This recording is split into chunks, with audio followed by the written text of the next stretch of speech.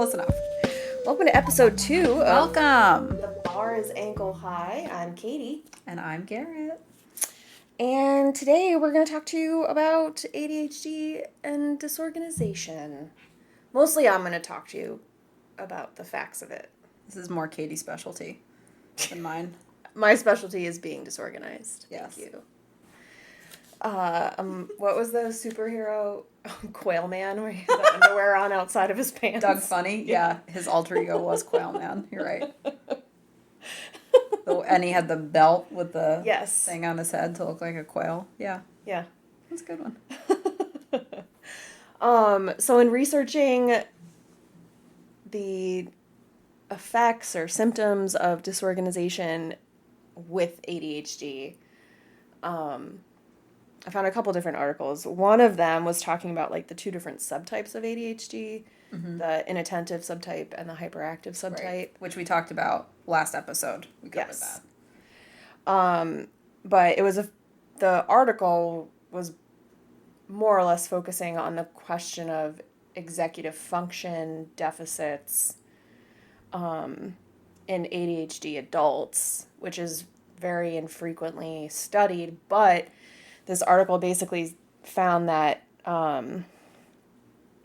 ADHD or executive function deficits were found in both subtypes of ADHD, but adults tend to only suffer from inattentive type ADHD because of how our brains age naturally. So it's a lot easier to mask symptoms of hyperactivity than it is to hide that you're disorganized or inattentive.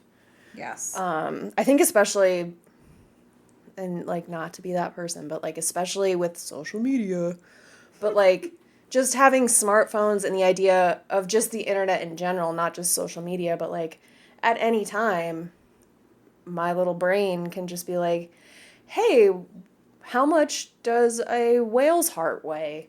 And then I can just Google that. When she says can, she means she does. She is the queen of, hey, you want to hear this fun fact that usually isn't fun? Frequently, it is dark. As a little bit of context to, you could, she does. Yeah. That is my specialty. And so anyway, in this one study I was reading, or this article I was reading that examined a study, they found that the executive function domain of your brain was uniquely associated with inattentive disorganization rather than hyperactive impulsivity. The ultimate conclusion of that study was basically like, it's worthwhile to differentiate between the different subtypes in adults because those who had hyperactivity diagnoses as children didn't struggle as much with disorganization and inattentiveness symptoms of ADHD as adults, even though their symptoms of hyperactivity were lessened while aging. Does that make sense? Right, so as they got older, even though those symptoms improved, they did not have the same tools as the people who were diagnosed younger. The hands-on tools, the organizational tools to keep themselves afloat. Right, and so then I was reading this other study that was evaluating teenagers with ADHD and their ability to learn organizational tools. And I'll be honest, I feel like the results weren't great. They were uninspiring at best. So there was this one study, and all of these will be linked in our show notes, all of these sources that we discuss in all of our episodes, but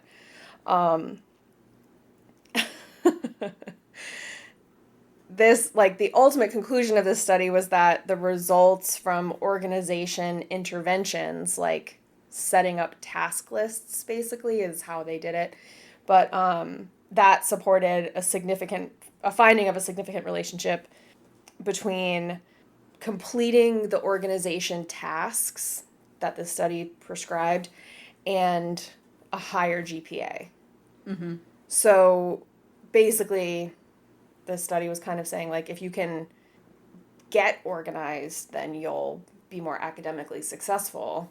Mm-hmm. And the way they did this was like, there were two different ways. One of the ways was they had a kind of like a preparedness checklist. Like, did you put your homework in your book bag the night before and set out your clothing? And did you make an appointment with your teacher for study hall?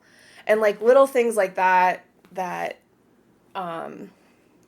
if they said basically it took all of the students on average about 2 months to master the checklist, which mastery was defined as completing all items on this organizing checklist for 3 weeks in a row, which I've heard somewhere else that, like, to form a habit, you have to do it for 21 days straight, or to break a habit, Right. you have to not do it for 21 days straight. So it makes sense that that would be their definition of mastery. Yeah. Got the same guideline. Right. So they did that, but it was completing 90% of the checklist items for 3 weeks. Okay. But still. Yeah, you said that, and in my head I was like, I would not say that I tend to complete every item. Most. Yes. I never same. managed to cross everything off. There's always like 1 or 2 things left.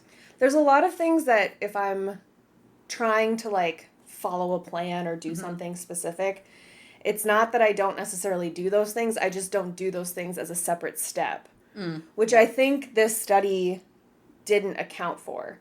Because one of those things that I feel like we do, like you and I do, or at least I do, with having ADHD is like that level of multitasking where, like, I've figured out that, like, if I can go to the grocery store, which is right next to the pharmacy, which is right next to the takeout place that I wanted to get for dinner, I can do all of those things in one trip. And so if it's okay, like for work, I have to print the document and then sign it and then make 12 copies and scan it to myself and then print 12 envelopes. So if I have it printing those 12 copies while it's scanning to me, and then while I'm waiting for those copies to print, I upload my scan to be filed. Which like, I bill to myself as being maximum efficiency. Well, and I think it is, realistically, rather than standing there waiting for 12 copies to be made and then waiting for 12 envelopes to print and then doing all that. Like, it's a better use of time. I can get one thing going while I do other things. Get another thing going so that when that thing's done, I have something else that's going. Oh, it's, Right. And when it works, it's music. Yes. When it doesn't, it is a gravy train. If I miss something in that series is like a domino effect. When I go home and I'm like, oh, fuck, I didn't file that thing. Yeah. I go to file. Which so far has only happened once in like the year and a half I've been doing what I'm doing. But, and it wasn't like a devastating thing. It was just like annoying. Right? Right? It wasn't bad. I'm not fired, right? You haven't heard anything? I'm not in trouble. Am I? What rumors have you heard? Out of curiosity, any gossip? Anything you've heard? Tidbits? Hey guys. That's cool. That's cool. We are just as cool now as we were when we were in middle school. Just me lurking in the bathroom. Peeking over the top of cubicles like a groundhog. Yeah. Just like eyes on top. Yeah. We're very low anxiety, high confidence, not at all insecure. That's me. Yeah. Well, I'm very insecure, but generally low anxiety and extremely detrimentally high confidence. Yes. Detrimentally unearned confidence. Yes. I would say 100% of the time. Just goes in head first. Oh, always. I'm standing in the background like, I'm gonna need to let me evaluate this before I. Yeah, Garrett's my babysitter. Make any moves. Garrett's gonna tell the police how I injured myself when they have to. Yes. Show up and get me untangled from the power lines or something. when they inevitably need some kind of stretcher, because Katie was overly confident going into a situation, I will have to be able to relay to them how she injured herself. 100%. Yeah. Yeah. So far it's worked out, but I'm pretty sure Yeah. There are some times in college where, like, I woke up the next day with a lot of bruises. And I know one of them was from playing rugby with a bunch of rugby guys. Mm-hmm. Well, no, I didn't play rugby with them. I was just trashed, stole the ball from them at a party and then ended up getting tackled by, like, a 6'6", 300-pound guy who plays rugby. If any of the rugby players who were involved in this situation hear this episode, please send us an email because I am dying to hear the other interpretation of this story, the other narrative of how this girl showed up, tanked, and broke up their game and stole their ball and then fought them for it. Well, it wasn't in the middle of the game. They were also at this house party. Yep. Playing a game. It was a championship, but that it doesn't matter. It's irrelevant. It's not my fault they had a house party at a rugby field. You can't hold that against me. What am I supposed to do? Leave it alone? Absolutely not. Yeah, I am a little bit like a dog in the sense that, like, if you throw a ball, I'm going to chase it. Yeah. Unless it's too hot, and I don't want to. Which would be like my dogs. So some dogs still. I'm sorry, it is humid. I don't do well in the humidity. Yeah. No, I don't. I'm not built for it. That's the thing. Yeah. But anyway, back to this study. I hope you guys enjoyed that. Oh, sorry about that little tangent. So this study did note that the medicated students, because they... Okay, so these were the unmedicated we just talked about, which would be... No, they were all mixed together. Oh, but they okay. just kept track of who was medicated and who wasn't. Okay, gotcha. Yep. Because basically it's just tough to find people who are in the... Like, I think part of the issue with doing these studies is that you have to find people who are in the same social situation. So either, like, they're all in the same school district, so they all have access to the same resources. Generally speaking, if you're in the same school district, you probably are coming from a similar, like, diversity background, or lack thereof. I mean, socioeconomic. Yeah. So the study was pretty limited. I mean, it really wasn't that many students. I want to say, like, no more than 50 total between the two different studies.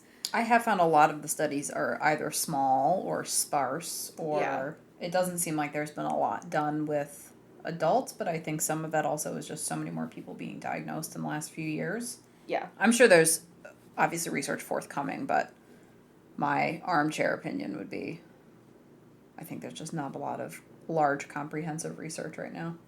Yeah.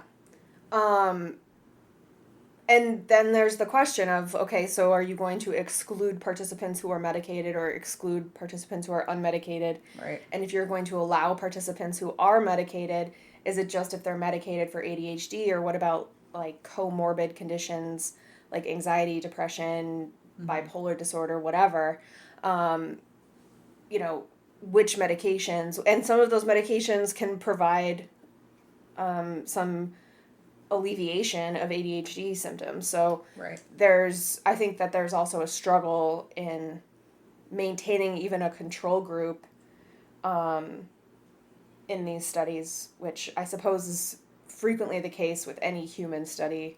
Especially mental health. Yeah. Mm-hmm. So a lot of the studies that I found in the next episode I'm going to do had a lot to do with rats. I guess I won't take it personally. But they did a lot of studies on animals, and I do think that in that sense you can be a little bit more reliable, like that, extrapolating that data is a little bit more reliable because you are able to account for those controls much more easily than you know, kids whose parents are going through a divorce or whose siblings are mean or whatever. Right. So in any event, but it found that the medicated students had the hardest time actually mastering the organizational checklist, saying that the students who did not master the list were medicated 71% of the time. which the researchers posited was because they were medicated because their symptoms were more severe, which created a bigger hurdle to them in general to overcome this. Right, as opposed to medicated or not. Right. So it was just an interesting, like, side note, I guess, like, be nice to yourself if you're... Yeah, it's hard enough. Either way, yeah. But that being said, I found this really great list on attitudemag.com. Oh, that's the ADD. Yes. Yes, amazing resource, by the way. I was on there. I read several articles in the next episode that we'll be doing on poor time management, procrastination, things like that. I was on that a lot. It's a great resource. Yeah. And so they had this list of ADHD organization strategies. And again, this will be linked in our show notes. But I figured we could go through them and talk about whether or not we think they work for us. Yeah. So the first tip they have is to set time limits for decision making. Oh, for decision making. Yeah. That's interesting. The explanation says, people with ADHD can spend days agonizing over decisions that others make in minutes. And you can speed that process up by setting, like, a time budget. Mm-hmm. Like, they say, for example, if you're choosing a summer camp for your child, set a deadline and make the best choice you can by that date. If you're deciding which new phone to buy, pick a price cap and ignore anything that's above that. Oh, that I do, yeah. And it says, always identify the most important decision-making factor, whether it's price, convenience, aesthetics, practicality, or something else, and just only focus on that factor when you're making your decision. Mm-hmm. Which I feel like I'm pretty good at. Yeah, I feel like I'm pretty decisive, and I'm pretty good at prioritizing what my goal is, what the most important factor is to me. Making that decision. I think I was actually talking about this with PK the other day, because I find that I'm very decisive, but... Which ties into that stellar confidence. I'm doing this, and it's perfect. Deal with it. I'll figure it out later. But, like, I'll take my time to make the decision, but once my decision is made, there's really no coming back. And I frequently have experienced this, and I can very easily, like, look back in my life and see it happening, particularly in my relationships. If I decide, like, this is not working for me, like, this relationship is going to end. I mean, to the extent you could be like, well, you're manifesting the failure of the relationship. Maybe, or maybe, like, I'm not, because I've decided that I'm done with this person, I'm also not going to be putting up with bullshit or whatever. I will agree with that. I think of it more like my analogy that when I reflect back on things, it's a switch flipping. Yes. And once I have flipped, like, I can't feign any kind of enthusiasm or interest. Yes. And for people I have done this to in the past, my bad. I am sorry. I'm not that sorry. Can't help it. I mean, the reason I'm not sorry is because for that switch to flip, I've had to think about it and take the time to really assess my feelings. Thoughts that were, like, subconscious, not conscious. No. Conscious and subconscious thoughts. There you go. Second time's the charm. I think, once I fully realize it, I get kind of the full picture and I get that moment to step back and, whoop, that's not going to work. And it really is, like, once that I make that turn, then... I think it's because I'm such a rule follower that to me, like, once that decision is made, it's like, that's the rule. Like, the rule is... I just made it. I'm not going to put up with whatever lies or bullshit or whatever. Like, whatever that situation is. Like, if I've decided... I don't know. I'm only going to park in this one row of cars at work because of whatever reason. The snow never gets piled up there or something. Mm-hmm. Then that's it. That decision has been made. I have to park here forever.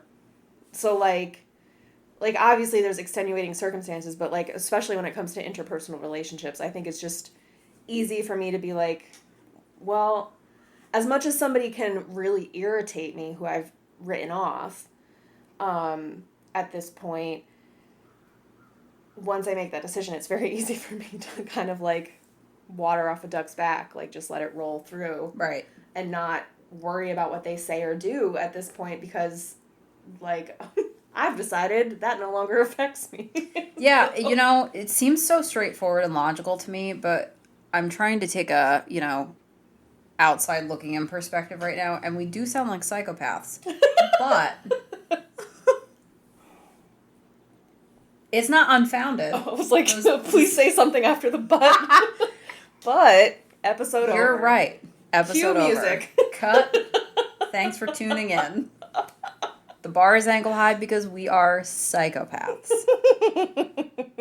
Wouldn't that just be, things take a hard left turn? We started talking about ADHD and then diagnosed ourselves as being sociopaths. So someone had to. It was going to happen eventually. Why not me? I definitely think, I guess that's unusual for some people. It's just I have always been that way. Like, I could, have a friend that I was like, I just don't know if we're meshing, or somebody that's just disrespectful of boundaries. Because I think I've always been okay at communicating boundaries, finding a way to let somebody know what I'm comfortable with or not comfortable with. And I just, once I make the decision, I'm like, oh, well, they're not a person anymore. Well, that's definitely way more Dexter Morgan of you than me. I was just saying I ignore them. You're saying they actually don't exist. I'm also a hobby magician. Alakazam, bitch! Oh, you wanted a bunny out of a hat? Why don't I pull your opinion out of my ass? Our next podcast is going to be about magic. Michael Scott is our sponsor, actually. Yes. We're probably it's a tax write-off. We're going to get sued by NBC now. We probably somehow just violated a copyright by saying Michael Scott. Whatever. All right, well, the second thing on this list. Oh, lordy. Yep, what's number 2? Fight the tendency to overcommit. I heard fight and I was like, yeah! Oh, overcommit. Yeah. Says, like, adults with ADHD tend to spread themselves too thin. For sure. And it's the tip is, for each new commitment you make, give up an old one. Oh, that's a toughie. I know that you struggle with this. I don't struggle with this at all. I'll say no to anybody. I do try and find a balance. I actually mention that in interviews when I'm asked about a weakness. I say that I am very quick to agree to do something without always doing like a temperature check and being like, okay, what's on my plate? What do I have that's coming up? And like kind of assess before I answer. But that is something I'm definitely working on because I don't like being overwhelmed. I also don't like being rushed. So I've gotten better about spreading things out because I used to love to like pile things up in one day and be like, I'm going to do 40 appointments in one day. So I only have to take one day off work. Mm-hmm. And then getting halfway through the day and being like, this is a mistake. I have to sit in this parking lot for an hour and a half because of the way I laid out my day and I don't have time to do anything else, but now I'm stuck here. Yeah. How's your experience with that going? I don't usually... My problem is that I am perfectly comfortable sitting at home in my apartment alone. Mm-hmm. I have no issues. Which is interesting that I'm dating the humanoid equivalent of a golden retriever. Mm-hmm. Who goes to every social function anytime his friends ask him to get together. So, you're like, do you want? He's like, yeah. Literally. Yeah. And not too long ago, it was like 2 or 3 weeks in a row, I'm like just leaving work, and he calls me and he's like, hey, so-and-so wants to get together. I just didn't know if like you'd want to. And it's like a Friday, so like I'm going home. I'm like ready to like pour a glass of wine, just like veg the fuck out, make some chicken nuggets, like live my life.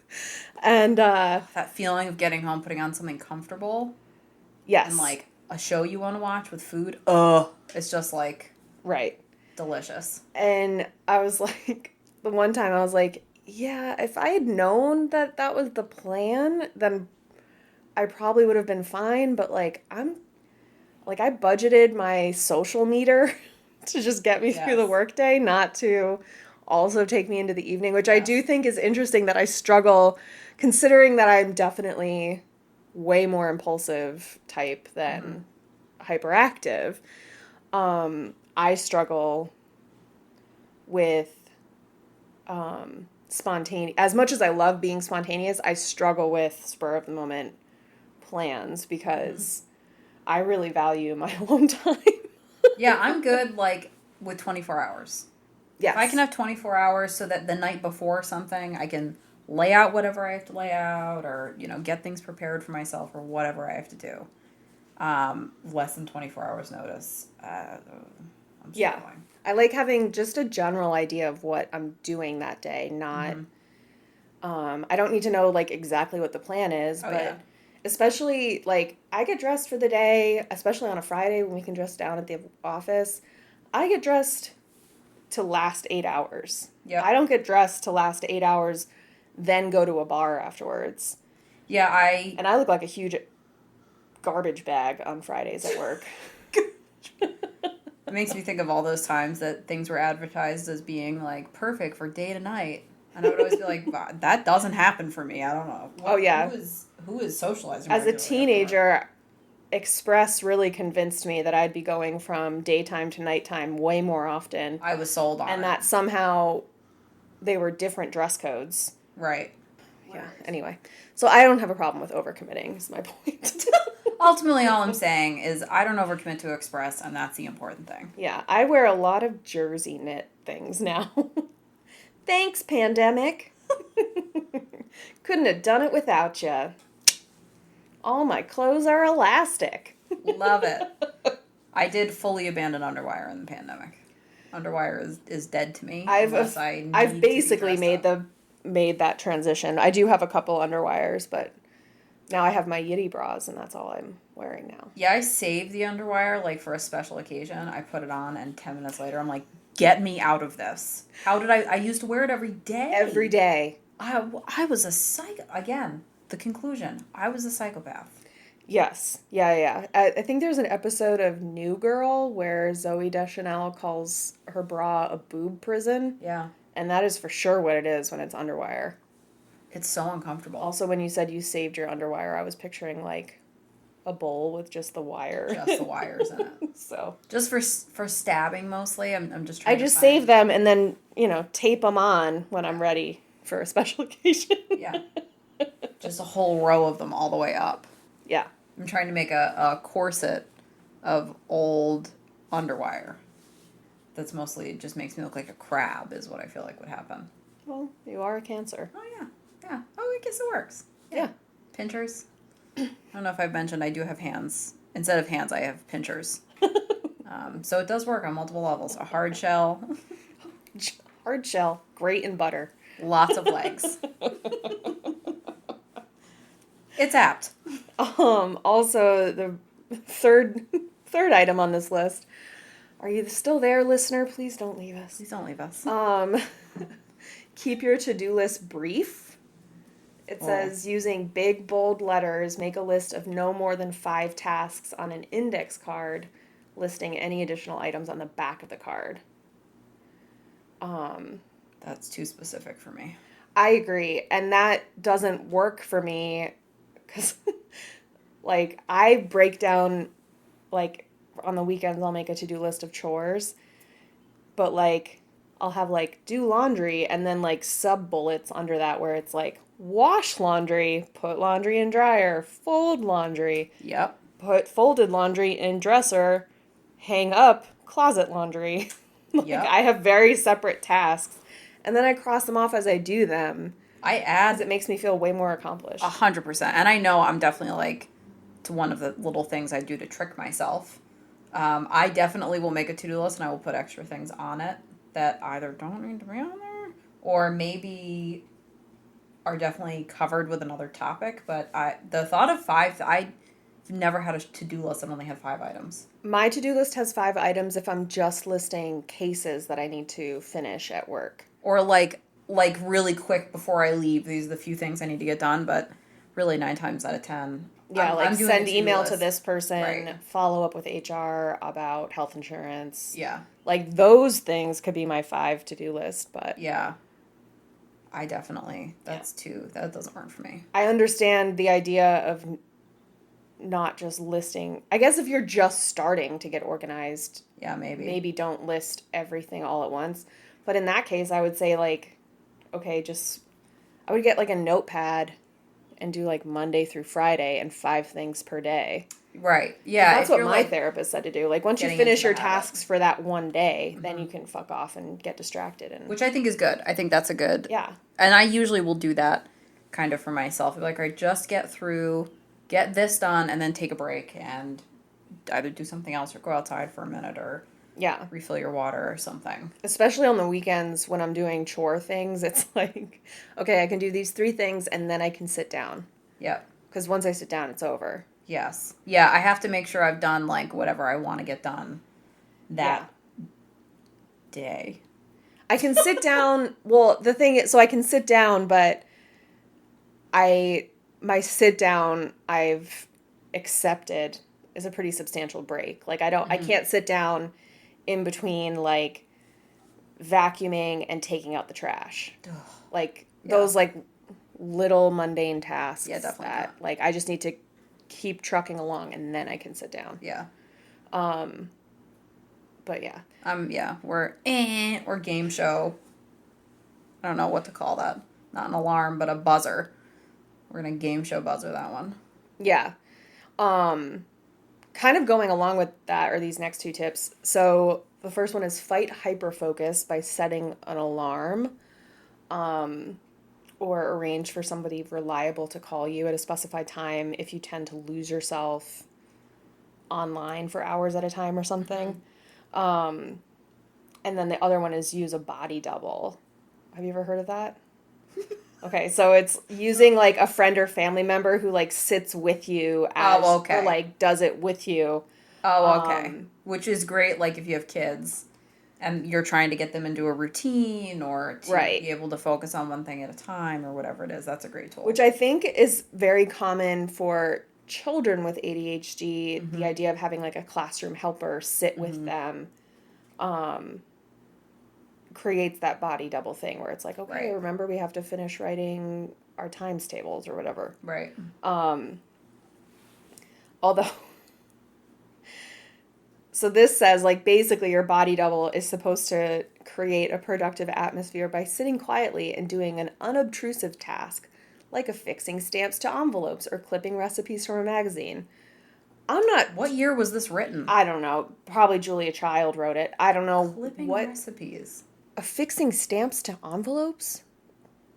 I can only say that weird time warp would happen once a year around Christmas time if I were sending out Christmas cards. And I don't really do that because I've got ADHD. Because, things. We do, not every year, but some years I do them. I feel like I will once I'm married. Yeah. Because then it's like... I just don't always have my shit together that time of year. So, it's hit or miss. Like, most things that I intend to do every year. Maybe. Okay. I feel like I would find a body double distracting because I would be trying to start conversation.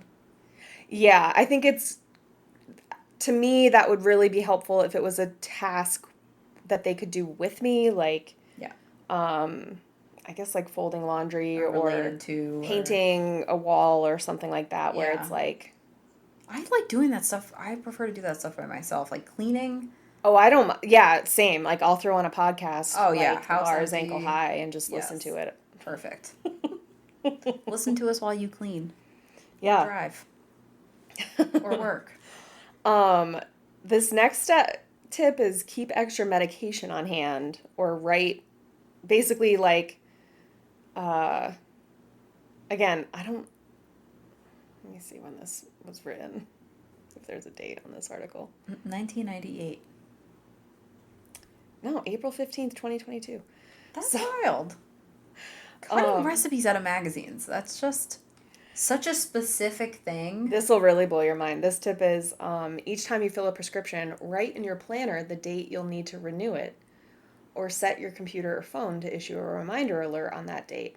Ask your pharmacist if he can call you to remind you when it's time to refill. Your renew date should be at least 1 week before the date on which you'll run out of medication. Folks, CVS does that for you. CVS threatens me because I haven't shown up quickly enough to pick up my medication. We're only going to hold it for 5 more days. That's what I did before I came here when you were like, closer to 2? And I was like, okay, I know what I'll do because I got a text from CVS threatening me. Yeah, so times have changed since April 2022, apparently, and CVS has, or whatever pharmacy, I'm sure all the pharmacies are the same at this point. If anything, can I get fewer reminders because you're giving me so many that it's distracting me? The one I got today was so passive-aggressive, it was like... Are you going to pick it up, yes or no? No, it's even better than that, actually. I'll read it to you. You're going to get so mad. I mean, don't get me wrong. I appreciate pharmacy staff and filling my medication and giving me all my pills. Yeah, we appreciate pharmacy staff, but the pharmacy AI is real pushy. It's a lot. This was like, hey, your prescription is ready for pickup at CVS Pharmacy. When do you plan to pick up your prescription? Reply 1, 2, or 3. 1, today. 2, tomorrow. 3, other. So I replied with 1, and they were like, great, we look forward to seeing you today. No, that's so intense. I do have a little, like, pill organizer, though. Oh, yeah. That I refill each week, and that does help me remember if I took my medication. Because I would definitely forget... I don't forget if I take my birth control because, that's labeled. Yes. But everything else, like, I've even been sitting at work because now I have a, like, instant release one that I take in the middle of the day. And that one, like, I've taken it, and I take it at, like, noon. And then, like, I've been sitting there, and I'm like, did I do that? Did I take that medication? Yeah. So I was like, oh. Literally take it, swallow it. 2 seconds later, I'm like, oh. Am I thinking about this because I just took it or because I have to take it? And then I got distracted between when I thought about taking it and grabbed it and actually taking it. It's awful. I have a pill organizer, but then sometimes things go awry and I lose track a little bit, which it seems like it should be self-explanatory, and it is. But I still manage some weeks to have troubles. Or I took something late, or I have an ulcer, so I've been taking, like, extra medication for that. So sometimes when I'm doubling up, then I'm like, did I take one earlier that I didn't take out of this? And then the second one, instead of just doubling it up and putting it in the thing, I'm not setting myself up for success. What's the next item on this list? Build socializing into your schedule. Oh. Yeah, if anything, my problem on every report card was I had socializing on my agenda every day. And my teachers didn't like it. All right, so the suggestions under building socialization into your schedule. Join a phone tree. It says that way your desires to meet new people, have interesting conversations, and keep up with friends are taken care of automatically. Now, I have no problem with saying, like, oh, every month... let's the 4 of us get together and try, like, a new restaurant in the area. Right. Fine. But the suggestions are take a class, join a book club or a lecture series, or start a supper club, which... supper club? I'm guessing the thing I just described. But what I read was, or start a stripper club, which I feel like is slightly different. You're definitely going to meet people. Exercise, definitely socializing, working on your boundaries. What boundaries? Some boundaries. Yeah, that's not exactly what I was thinking, but I guess that is, just another path to get more socialization. I don't want it. Yeah, I'm not cut out for that path. I just said I'm perfectly happy sitting at home. That's like the opposite. That's sitting at home and, like, doing the most. No, thank you. The next one is join an ADHD support group. I guess that's what this is. Yeah. Welcome to the Bars Ankle High. Your ADHD yeah, just listen to just listen to the Bars Ankle High, and Join our Patreon. That can be Join your our ADHD Patreon. support group. Interact with us on whatever social media platform, excluding TikTok and Twitter, because we're afraid of it. And, you know, we'll help each other through this. These next two I know that we each do. Carry a colorful wallet and buy experiences, not objects. Oh, yeah. You definitely do the experiences thing, Yeah. for sure. Yeah. I am trying to generally buy less or buy something that's going to be multifunctional. Yeah. Which I've also realized it puts me in a position where I don't constantly, because I feel like it is also an ADHD thing where, you know, an event will come up and I'm like, oh, I need to get this for this. And I panic that I don't have something that I need for this. So it's really cut down on that panicky feeling leading up to having to go somewhere and do something. I feel like it keeps me a little bit more even because I'm like, oh, I've got this little work for this. And Yeah. That being said, these next two tips I fucking love. The first one is stop. It says stop agonizing over insignificant items. So, I'll just read the whole bullet point. What to do with greeting cards you've received, batteries of dubious power, unidentified CDs, orphaned screws, and so on. oh, Toss them into a, quote, ripening drawer. Once the drawer is full, quickly sort through it, use what you can, and discard the rest, and then start the process anew. oh, I would say that's roughly how we do ours. How I like keep our. What I was don't it do that called? at all. They call it a ripening drawer. I don't love that. I mean, I Well, call it's it like a junk for when drawer. your cervix is ready and stuff, you know. It's nice and ripe. Ripening. Not a fan of that phrasing, that naming. But yeah, I would say like I'll go through and organize it and get rid of a bunch of stuff, and then we'll fill up again. I organize it, get rid of a bunch of stuff. I need to do that, but I love this idea. And going along with that, it says get a clutter companion, which is similar, I guess, to a chia pet. Really, can't wait to hear how. It's a non-judgmental friend who will help you get rid of all the stuff that's cluttering up your house. A chia Cut to one of your cats with like a wig on. It's the now Bob you need Ross to give wig. me positive reinforcement when I do this. Yeah. Sophie be like, what if I show you my butthole instead? Consider if I just step onto your lymph nodes in your armpits. How nice would that feel? What if I show you my butthole, step on you, and then knock the things that you're organizing off the counter? How would you feel about that? Yeah. Basically, it's like find somebody to Marie Kondo with you. Yeah. But it also says it has like sorting your clutter into 4 piles: keep, toss, donate, and age. I feel like those first 3 are pretty self-explanatory. Yeah, Keep, toss, and what donate. is aging the ripening drawer? Age, it's similar to the ripening drawer.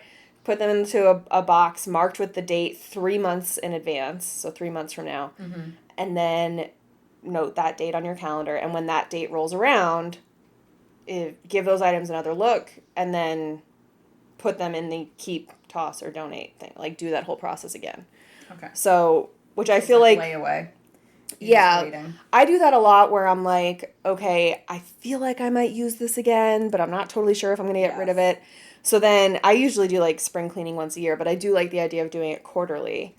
Yes, I would say probably seasonally I'm going through my closet and I'm like, because I'll like, you know, buy a couple items each season. And then I'm like, all right, what's getting the cut? Yeah. And I do not that organized, but I put them into a pile that's of things in limbo. And then I start thinking of who might like these, who might these work for, who can I give these to, or am I going to sell them, or... Right.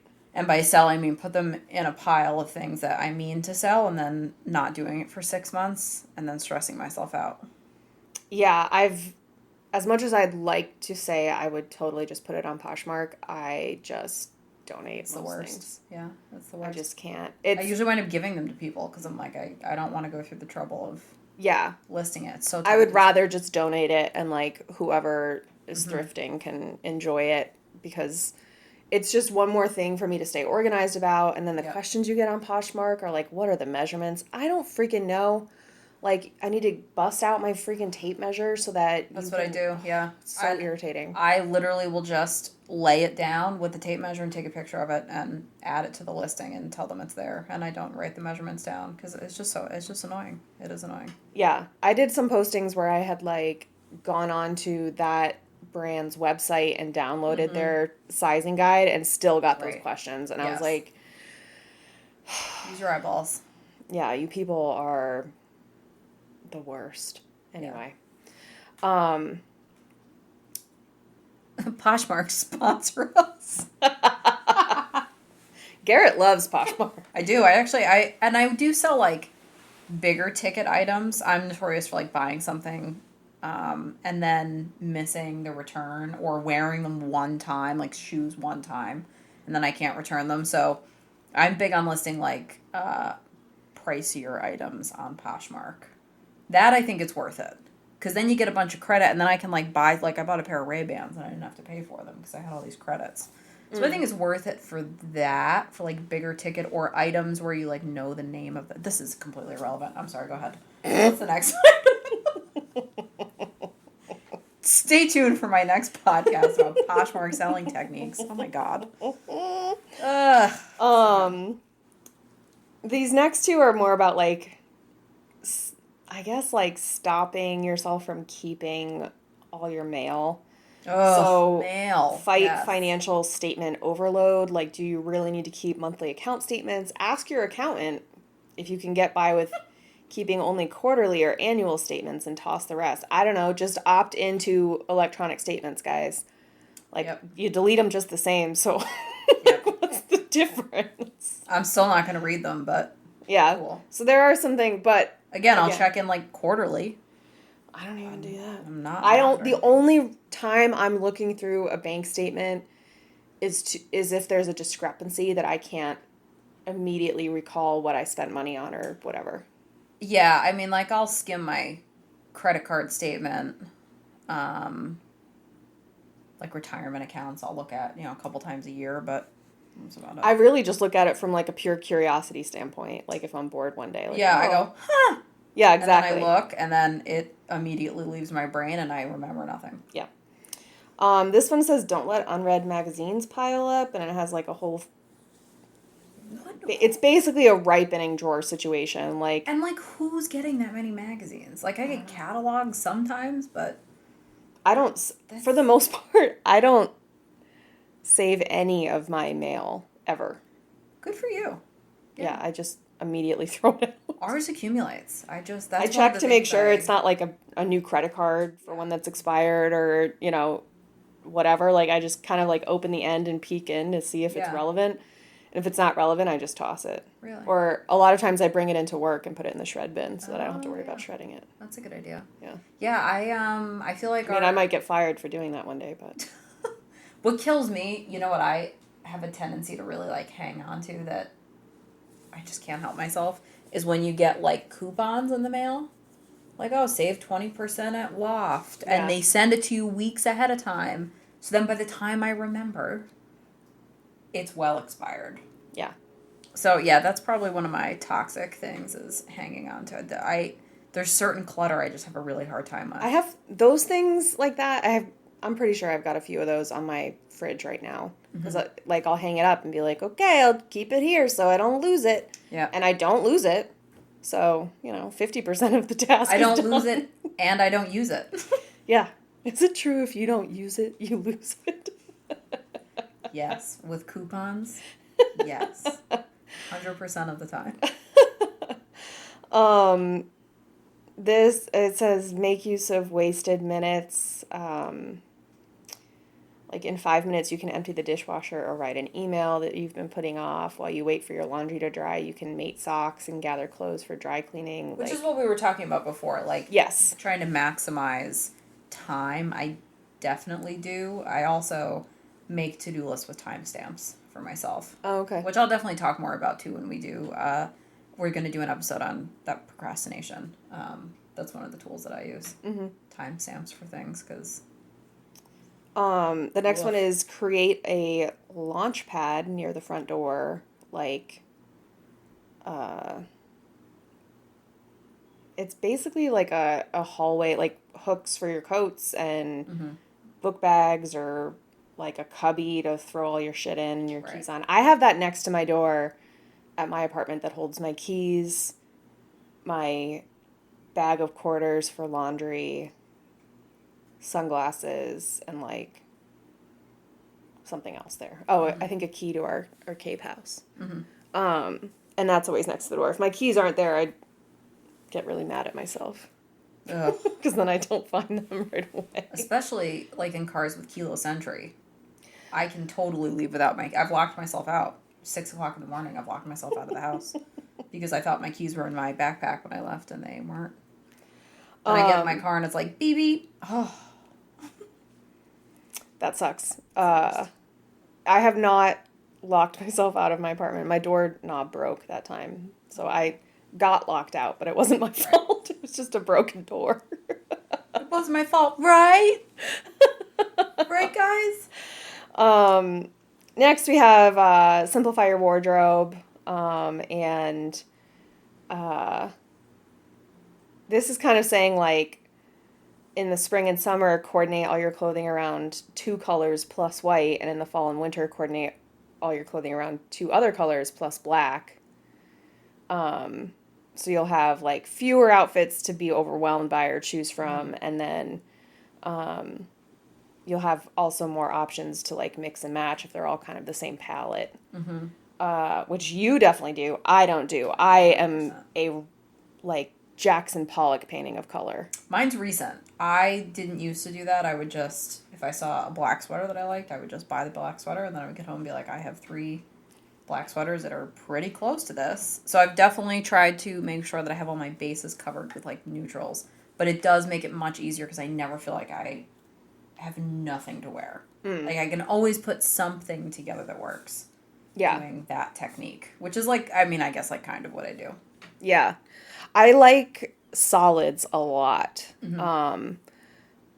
I think partly for that reason, because then if I have something that is lightly patterned, then I always have a solid shirt or a solid pants to go with it. Yeah, there's like one interest piece. Yeah, but I am heavy on the colors.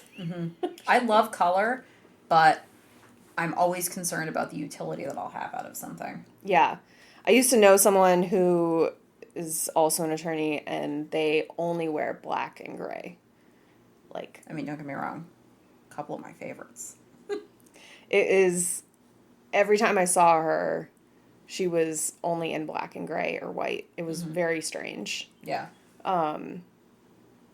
Just from a, like, I personally hated it. Because, like, to like, it's fine to do that as, like, your base, but, like, I just feel like I would need, like, a scarf or a statement necklace or something to, like, break it up so that I don't look like I'm about to interrogate somebody in Guantanamo Bay or audit somebody from their taxes 6 years ago or something. So Yeah, I do that with accessorizing. I will bring color or interest in with accessories, and then I do like neutrals. Again, this is like my Poshmark rant. I mean, not that anybody really cares that much when I'm dressing. I do like that our logo is so colorful. If we are talking about how important neutrals are. Neutrals are where it's at. And then this too, because like statement colors are trend based too. So like sometimes like, you know, you'll see this one color everywhere for a couple years, and then it immediately looks dated. So I think that's my concern. Is I'm always concerned something's gonna look dated quickly.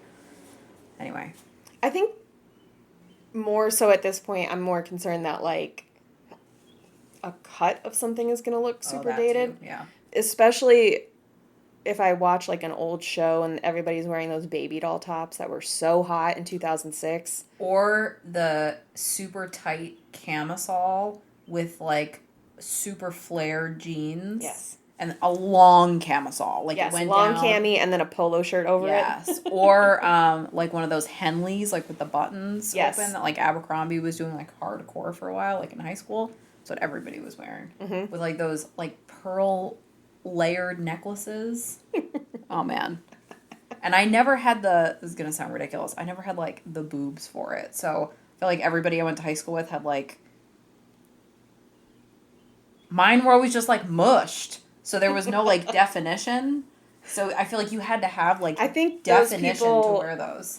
Yeah, I didn't have a problem with that, but I do feel the girls who quote unquote could get away with that look, I think in high school were not as blessed in the chesticle region as we are. Yeah. So they were able to wear a push-up bra and actually get the desired effect from it, whereas if I wear a push-up bra, nothing is changed. No. It just adds more to the bottom of my boob because that part of the bra is bigger. Oh yeah, it just made it where then I was like, I had like 4 boobs instead of 2 because they were like pushed out of the top. Right. And then I would walk and I could feel them moving. So then I was like self-conscious. Oh, and like a foot of cleavage. It was just the worst. And like, I feel like realistically, if I wanted a push-up bra to really give me that effect, quote unquote, I needed to like tighten the straps so much that it was like that scene in Titanic where her mother is tightening her corset and she can't breathe.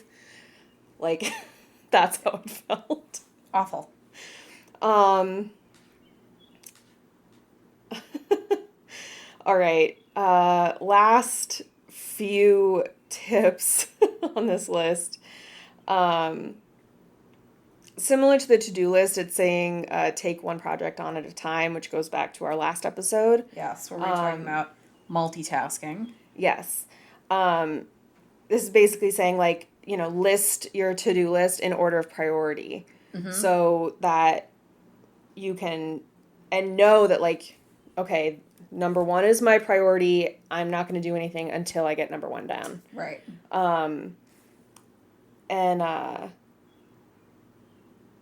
Whatever.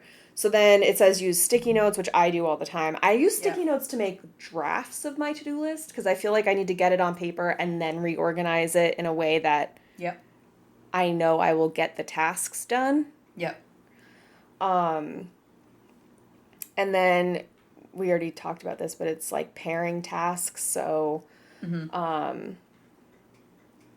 like do 2 small things in concert, like when you change your clocks when in the fall and spring, also change your smoke detector batteries or whatever.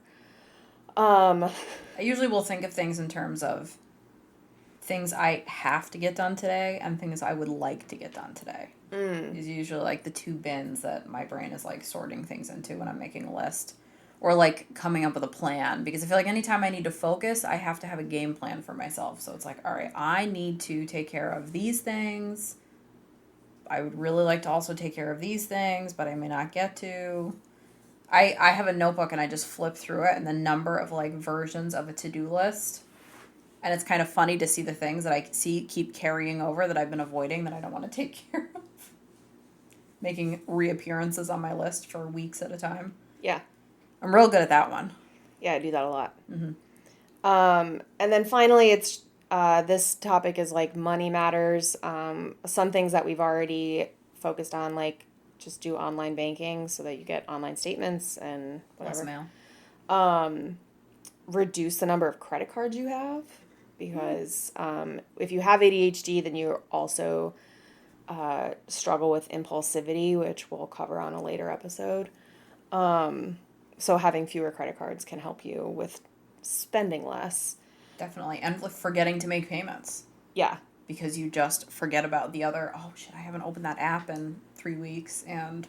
Right. And you can get alerts either through the apps on your phone or you can set up like email alerts, which I have set up for all of mine. And so, just set those up. Like take advantage of those situations. Paycheck is usually like submitting a timesheet reminds me that. Oh man, I wish I could submit makes me think my timesheet when we get paid because I'm way better at knowing when I get paid. I have a calendar alert for myself to submit my timesheet. I'm okay with it. I just usually don't submit it on Wednesday. I'll submit it that Friday or something. Yeah, we have like a period of time. Yeah, my supervisors only had to email me once to be like, "Hey, dummy." And then this tip, I mean, for purposes of like survivalist is not so bad. It says put Put several $100s in a waterproof plastic bag and place it somewhere safe but easy to locate, like maybe your freezer. That way you won't be caught empty-handed if a storm, power outage, or other natural or man-made disaster makes it impossible to use ATMs. For more on preparing for disaster, go to redcross.org. Garrett's face. Yeah. This list was definitely written by somebody who has ADHD.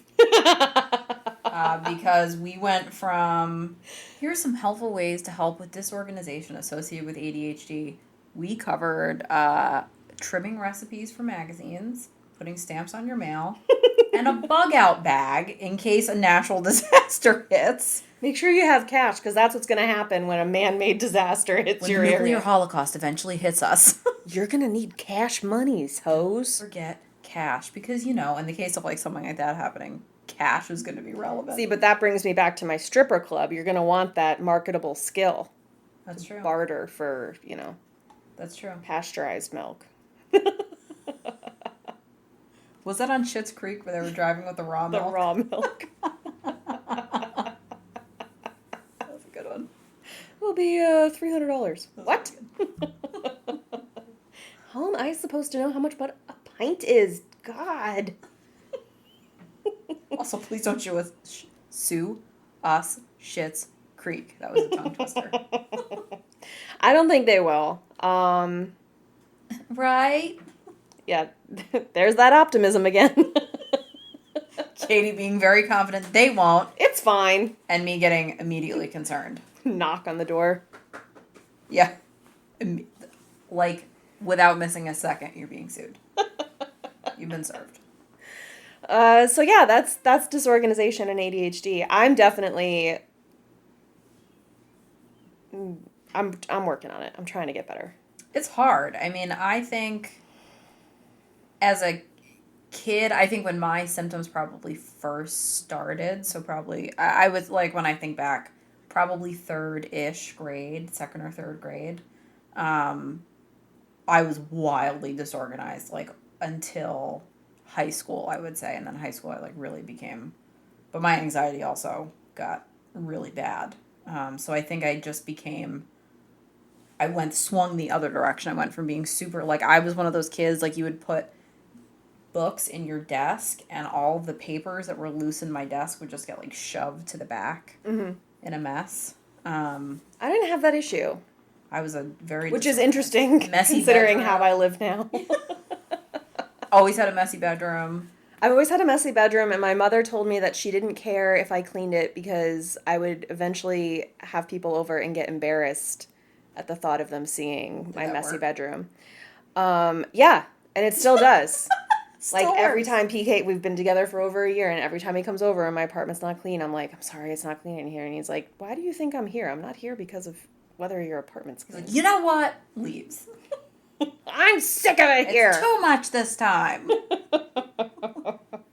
Yeah, I just got hyper organized in high school, hyper organized in college. And even at work, I'm extremely organized. Meanwhile, my desk looks like a fucking bomb went off. If I don't clean my desk, I left in kind of a rush on Thursday, and in the back of my mind, I'm I didn't really tidy it the way I wanted to. I have to come into a clean slate. And I really, before I get going, I have a whole list of things, which we'll cover in the next episode. And the organization component, and I know it's definitely linked to anxiety, but yeah, there are certain things with this podcast have been, okay, I just need to update my list. on my to-do list of things was update my to-do list. So as we're talking about, they're only put 5 things. I'm oh, really? How about on my to-do list is to make a new to-do list? Oh, I mean, I've had days where my to-do list includes eat breakfast. Yes. Do actual relevant tasks to my job. Eat lunch. Yes. Okay, look, I did 3 things today. Look at me. Look at me. High fives all around. Go pee. Because that's always my issue. I get so into it. I get so into the groove. I'm I bring my head up and I'm oh. And I'll have that moment where I'm oh, I really got to pee. And then I forget because I get distracted by doing a task. An actual task, not distracted by scrolling Instagram or whatever. Mm-hmm. And then I am hobbling to the bathroom because I have to pee so I'm like sweating, like, oh my God, I waited too long. Yeah. I waited too long. Like barely making it as I'm like sitting down, like, oh man, whew. That was close, sweating. Actually, I'm almost doing that right now, thinking to myself, like, man, I really gotta pee. Really gotta pee. If you have felt that way while listening to this podcast, take a break. Feel free. You can pause us. Finish the episode Or bring later. us with you to the bathroom. Let everybody else at work in your public restroom listen along. Yeah. Put us on speakerphone. We don't mind. I mind. Katie may not mind. I don't want to be on speakerphone. I'm still getting over the phobia of listening to my own voice, so don't put me in stereo in a public restroom. The acoustics are probably great. All I could think was all the reflective surfaces that are just going to be, like, hitting that right back. Don't do that. Katie's fine with it. Use earbuds. Yeah, I mean, use earbuds, but, you know. She rolled her eyes. She said, use earbuds, and then rolled her eyes. I mean, I use earbuds too, but, you know. Like, you can take us to the bathroom with you. We'll keep you company. Yeah. We will keep you company. Do you remember being a little kid and somebody would be like, oh, I have to pee, and everybody would start doing that? Yeah. Yeah. It didn't happen to me too often, or if it did, again, it's that thing where I'm just so fucking aloof. Yeah. I had a very long bus ride. If you went to high school with me and you have memories of me being totally unaware of what was going on around us, please email us and tell us the story of me being a fucking weirdo. Oh, yeah. I definitely... Guaranteed I don't remember. Yeah, I definitely was oblivious to a lot of things happening around me. Yeah. It didn't seem like it at the time. Hindsight, on the other hand. As I'm just like... Hindsight keeps me up at night. That's what that is. How's your anxiety going? It's like Sleepless in Seattle was actually just hindsight. Yeah. Giving people ulcers and yeah, depression, mostly. Yeah. Turns out, the dark twist, outside of the rom-com. Yeah, that's what really happened at the top of the Eiffel Tower. Or not the Eiffel Tower. Space Needle? Was it the Space Needle? I think it was the Empire State Building. Isn't it Sleepless in Seattle? That's what I just said. Sleepless in Seattle. But then you said the Empire State Building. No, I said the Eiffel Tower. You said that, and then didn't you say the Empire State Building? Yes. But isn't it the Space Needle? This is ridiculous. People are going to unclear. Tune out. We're gonna save that for our producer, us, to look up later. We'll give you an update when we figure out where the peak of the movie was, the finale of the movie. Probably not the Eiffel Tower, but we'll report back. We'll let you know. Subscribe to our Patreon to find out. To be continued. Well, we hope you guys enjoyed our second episode. We sure did. Yeah, that was fun. Thank you for tuning in. Make sure that you subscribe wherever you're listening and leave us a 5-star review wherever you can. If you can't on your current listening service, if you can leave us a 5-star review on Apple Podcasts, that's the best way to help us grow. We would love it. If you want to keep hearing this sort of bullshit every week. Something today. Whee! Some real tangents. And, yeah, we will see you guys in the next episode. Until then. We will see you next week. Remember, post that stuff that's been sitting in your pile on Poshmark, and be kind. Because the bar is ankle high. Thanks for tuning in. We'll be here next Thursday with a brand new episode to delight your brain juices. Until then, the best way to support us is to leave us a 5-star review on Apple Podcasts and like and subscribe wherever you listen. You can follow us on Facebook and Instagram at The Bar is Ankle High. And if you want to help us grow the podcast even more, you can subscribe to our Patreon at patreon.com/thebarIsAnkleHigh. Patreons get exclusive Patreon-only episodes, monthly horoscopes written by yours truly, and access to our secret members-only Facebook group, as well as added to our close friends list on Instagram. We have a lot of fun over there, and we would love for you to join us.